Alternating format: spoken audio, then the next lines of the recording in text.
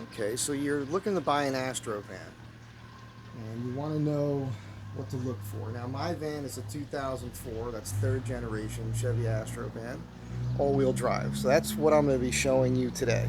Now, the all-wheel drives are all very similar. All three generations are similar. They're not all exactly the same. But most of the stuff I'm going to talk about are the things that you would kind of look at for any vehicle. All right. Now, you're going to want to bring some cardboard. This is not optimal. It's just what I happen to have at the moment, because you're going to want to slide around underneath the vehicle, and you want a flashlight of some sort and probably some rubber gloves, because underneath most cars are pretty greasy and dirty. Your sugar fix is, you don't need to have that, but if I have any food in my teeth while I'm doing this video, now you know why, because these cookies are delicious. All right, so on the Astro van, it's kind of funny. I'm going to show this to you because some people don't know where it is. I didn't know where it was when I first got it, but your hood release is right here. So you just pull that towards you, and that's supposed to release the hood. Now, my hood sticks a little, so you're about to see the Chevy bump. All right, so what I do here is I'll lift up on this and tap it with my other hand. And then there's a classic hood release right here. Push up on that, and it releases here. And then hood lock, boom. And now we can access right here. So now we can access your transmission fluid and your oil, and you're going to want to pull those and eyeball them and make sure the fluid looks good. We'll do that in a second. A lot of times this is cracked right here. I replaced this when I was out in West Texas on a project several years ago. You can pull your, which I'm not going to do now, but you can pull your air cleaner, open this up and take that out, take a look at it. You're going to want to check your battery for corrosion, things like this. Look for loose wires, any obvious leaking, especially up here. But this here is pretty typically cracked. I'm always jealous when I see other people, their engine compartments, and this is in good shape. Let's go ahead and check the fluids and see what that looks like. Okay, rags or paper towels will be helpful here.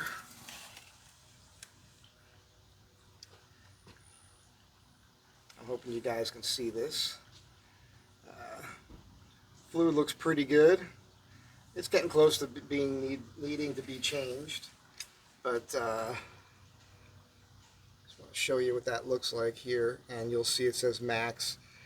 Now, I've heard people say that it's actually okay to run these a little towards the empty. It's better than having it over full. I don't know how true that is, but we're gonna take a look at this now. I haven't checked this oil in a while, since my last long drive back from the desert. It doesn't typically burn oil. And yeah, you want to pull it and wipe it off and then dip it in again and see where you're at. So we're almost at max right here. And the color looks okay. It's not bad. You can see that sometimes where it's pretty black, and that'll tell you you need to change the oil. This is common sense stuff. If you're trying to sell a vehicle, change the oil first. It'll help make it easier for you to sell the vehicle. Now, this isn't going to test the fluid level on this. This is just going to take a look at what it looks like as far as the transmission goes. Transmission is a redder color. You want the vehicle to be running when you test the actual level on this. You also want to shift it in the different gears. You want to go from first to second to third and back to drive, and in reverse, and then put it in park and keep it running, and then check the level, because it'll put the fluid throughout the entire transmission. I didn't know that a while ago. So yeah, we've got a nice red color on this.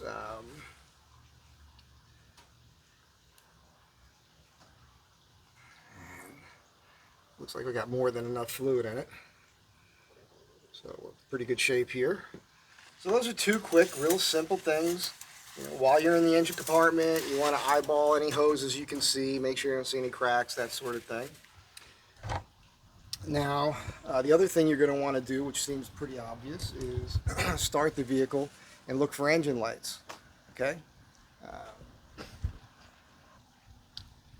Seems like common sense, but that's a big deal, the engine lights. Now, one of the things I recommend is that you find a shop nearby where you want to, if you're looking at one of these things, and talk to the person who's trying to sell it to you and see if they're cool with it. They should be if you've taken it to a shop.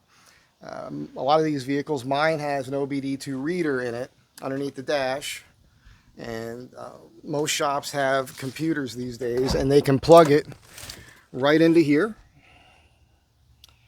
and they can tell you if there's any codes or what's been done lately. And that's a big deal because it might tell you right off the bat that you've got a misfire or something like that, and that's something you're going to have to deal with. All right. Also, if you're at a shop, it'll make a chassis inspection a lot easier. I'm going to quickly go over like the #1 issue with the Astro van when it comes to problems and things you need to solve. The all-wheel drive Astro van.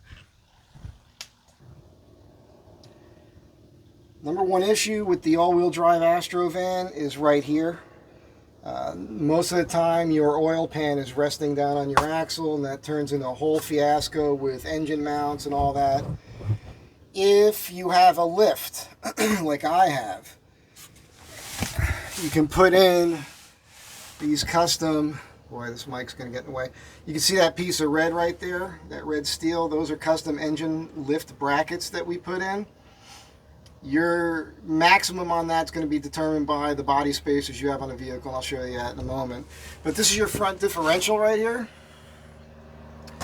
So you want to make sure that's not leaking.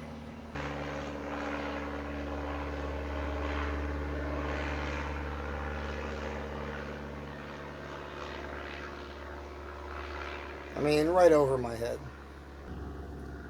You also want to look at your you want to look at your oil pan, make sure that's not just full of oil and grease. You want to look at your CV axle boots. You want to look around them. You want to see if there's been a lot of grease blowing around your lower control arm here. Your van that you're looking at will most likely not have nuts and bolts under here. Yours will probably have rivets. I had my rivets drilled out so that I could replace the lower ball joints with better quality than what comes on them. All right, you want to look at your ball joints, the rubber. You see that green color there? That's the rubber on the upper ball joint. Now this has what they call the ball joint flip. And all that is it's that upper ball joint is now mounted to the underside of the upper control arm, which is that tube steel you see that it's bolted to. Typically on these, they are mounted where the flange is on the top of that. Because of the lift, you do this modification so that you can get your, your front end alignment correct. And with that, my shop was able to get me within factory spec on the alignment. So this thing tracks down the road perfectly straight now. Also, you'll see your, can't see what you're seeing here, but you're probably seeing me. But right here is your idler arm. These go bad a lot. Mine are in pretty good shape still. I got some good ones. And then there's also a spacer right here that I made myself, which you need to shim down. Again, with the lift, one of the things to look for is all the rubber. You know, you just want to make sure that's all in good shape. This is your, see the blue? That's your sway bar bushing. A lot of times those things are shot, so you want to eyeball that. That's a job, you know. I have some wetness coming down from my, oh boy, I forget what it's called all the time. It's has to do with your brake system. What is that called again? Your power booster. It's not a power booster. It's a Hydro Boost. So I got to rebuild mine. I'm lazy about getting to that, but it will happen sooner or later. Let's look inside the wheel well here and see what I can show you with that, because one of the things I wanted to talk about is, and this is just my own opinion, but when you're looking at shocks, I guess you'd have to see that from the bottom. Let's see if we can get that. Also, there's a tool, a little forked thing, it's got an angle to it with a handle that you can use to pop these off. If you actually you have this in place, you could pop that off, and then you could have access to the plugs and the engine a little bit better, because you want to look for leaks. Let's see. Hang on a second here. underneath the from the passenger side of the car here. I don't know if I can. I can't get to it, but just wanted to point out that when it comes to your shocks, this is just my own opinion. People might argue with me on this, but if the rubber on your shock mount, where it mounts to the vehicle, is cracked, it's going to take a long time for that to happen. By the time that happens, in my opinion, the way I look at it, I think it's time to replace the shocks. And I do want to replace my front shocks anyhow. You got your transmission right here. So you want to make sure there's no leaking going on anywhere around the transmission.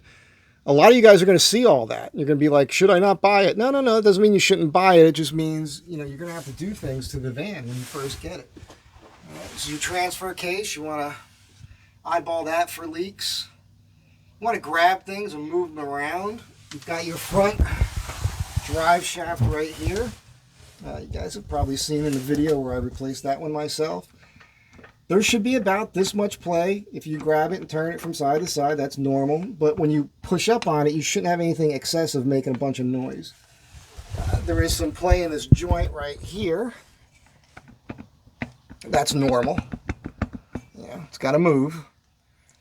I have the shifter kit here, right, to change the gears. I've got the 4x4, selectable 4x4. So you can see that. You won't see that. This is some kooky ground somebody put in at some point, which is probably a good idea. This is your ABS unit right up in here. So if your ABS light is on, you've got to take this all apart, get that out of there, and fix that solder joint. That's no fun.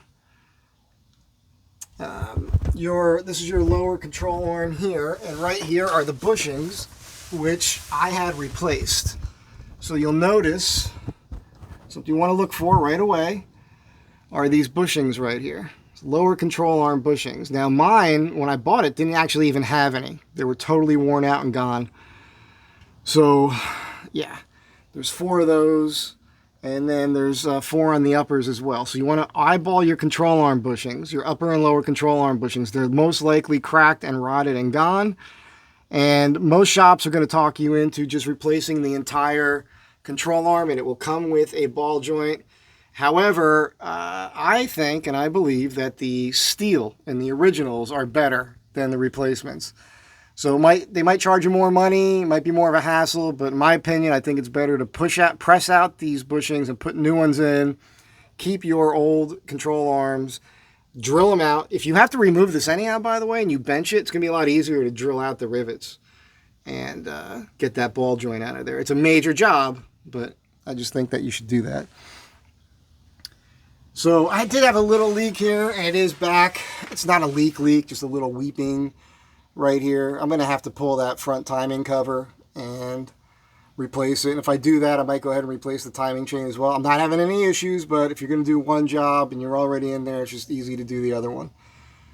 So, yeah, everything's looking good here. There's your starter. You know, you want to look for worn, frayed wires and all that sort of thing. It's all common sense. We're going to get over to the rear end here in a second. Before I get to the rear end, I just want to quickly point out that that's a body spacer. That's a 3-inch body spacer on top of the 1-inch factory that is cracked. But that's how you tell. I was watching somebody has a lift. He's not sure. So usually you have 3 inches with the body spacers if you're going for your max. And then after that, you're going to be cranking up on your torsion key. That's that red circle there. These are replacement torsion keys that are re-indexed. They call them bigger, but they're just re-indexed. The bolt, the adjustment bolt for them is right here inside this frame.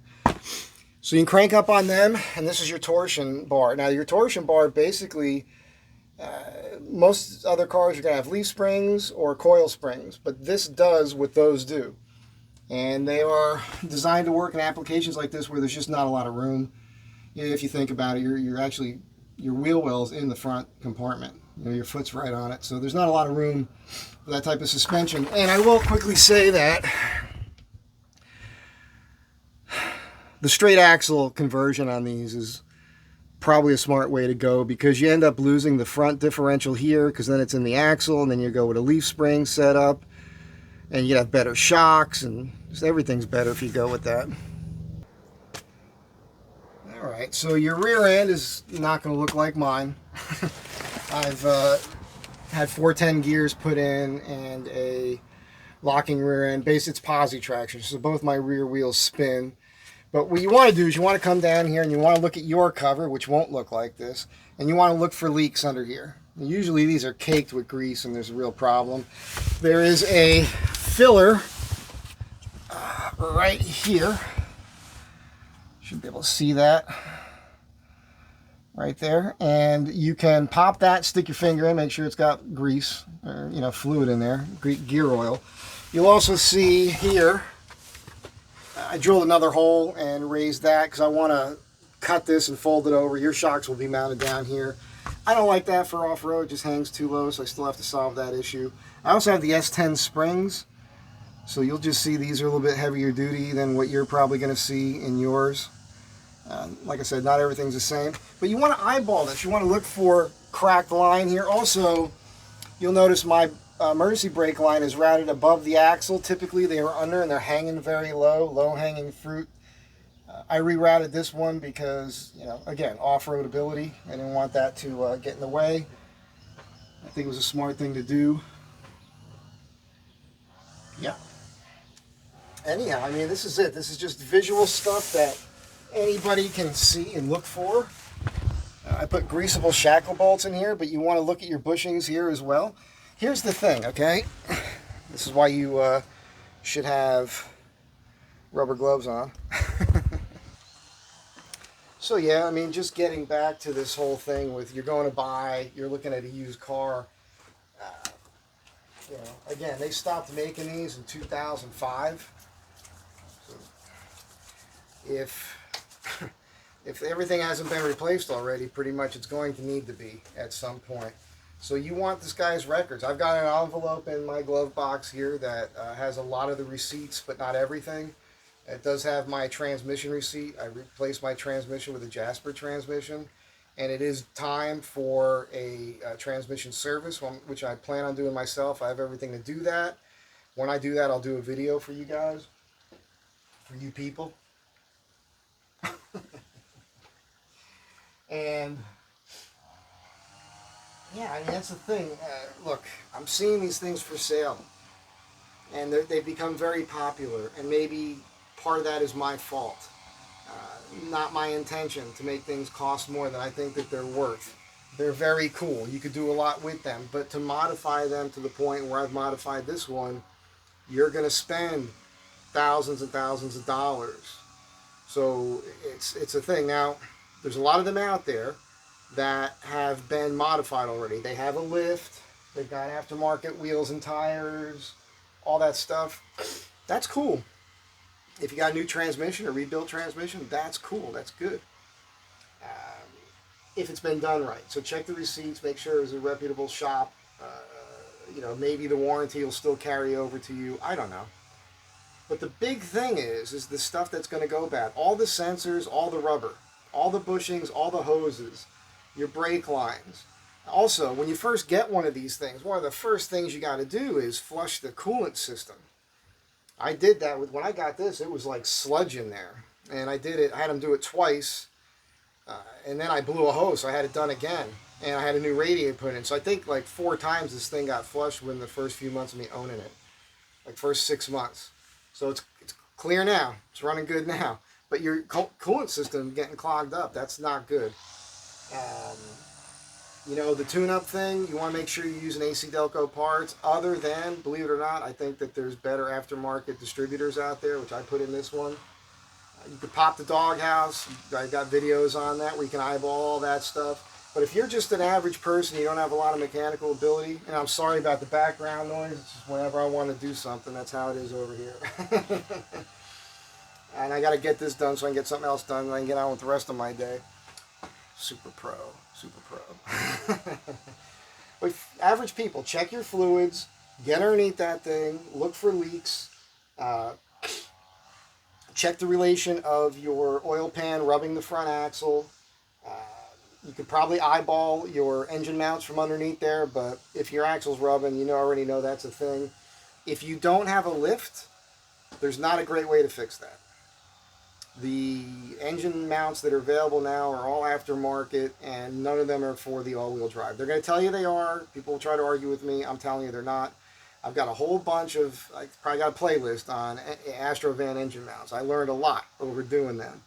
I even did this crazy mod with the Prothane polyurethane mount. It created enough vibration where it rattled apart some of the bolts and other things. People warned me about that, and I didn't listen. I went back to the rubber. When I did that, I put a block of wood in there like an idiot, thinking that might do something, but it doesn't. Just go with the rubber and maybe a plate between it, the engine mount, and where it mounts to the frame, and get a little bit of extra lift there. But honestly, if you have an all-wheel drive Astro van, there are some mods I recommend, and one of them is a lift. And you don't have to go as extreme as I have, because I've got at least 7 inches of lift on this thing from the factory, what it was. But if you do a lift, then you can contact Dave, my buddy Dave Vaughn. I'll try to remember to put his email in here. He told me it's okay that I do that. I don't know what he's charging for it, but he can make you a custom set of engine mounts. Now, I have a 3-inch body spacer, so I went with a 2-inch lift, and I got plenty of room. You can go with the maximum 3. It'll put your engine right back up where it was factory. I wanted to keep it to 2. I think the 2-inch engine lift setup is pretty much perfect for most people. That's what I would recommend you doing if you have 3-inch body spacers, and even if you have the 2-inch. But that's what I would recommend going with. A lift, and then custom engine mount brackets. They go from the engine to the engine mount itself, not the engine mount to the body or the frame of the vehicle. So, because then you'll never have that issue with the oil pan rubbing ever again. And of course, with these Astro vans, you want to replace the rear leaf springs, because the ones that come on it are garbage, especially if you're going to do some sort of camper van build, that sort of thing. But really, this is just the quick things to eyeball: how to open the hood, how to check the fluids. The best advice I could give you is bring the thing to a reputable shop and have them plug it into their computer. Ask if you can get underneath there with them and eyeball the chassis. Another thing that you want to do real quick, I forgot to mention this, is once the wheels are up off the ground, right? And you can bring a jack and do this there. You want to jack the vehicle up, and you want to grab it at 6 and 12 and try to wiggle it this way. And if you get the wheel to move a little bit that way, that means that your wheel hub assembly is shot. You're going to need a new wheel hub assembly. If you drive the thing, which you should do if you're going to take it on a test drive, and it's squirrely on the road, or you're feeling excessive shake or whatever in the front end, which is very common with these things, that's because your steering components, your suspension components, all that are probably worn. Again, unless they've replaced it already. And if they've replaced things, you want to hopefully look at receipts and see what kind of parts they used. Because hearing that something's been replaced, and that means, you're thinking like, oh, well, I don't have to worry about it now. That's not necessarily true, because I've found some of the parts you replace things with will fail pretty quick, and you'll have to do them all over again. Other than that, it's just looking at the interior, and with me, it doesn't matter because I ripped it all out. Ripped seats. That's all. It's cosmetic stuff which might not matter to you. To me, I'd be focused on the mechanical aspects of things. That's all that matters. And no rust. I've mentioned this before in other videos. If there's a lot of rust on your chassis, that's the thing. If you got body rust, you don't even want the thing, because that's a whole set of can of worms you got to get into. And doing any improvements on the vehicle or any type of repairs are going to take a lot longer if all the bolts are rusted together. So if you can find one from the Southwest, that would be your best bet. Anyhow, I hope this helps somebody. Thanks again for being here. Come back often. And be good to one another. I'll catch you guys in the next one.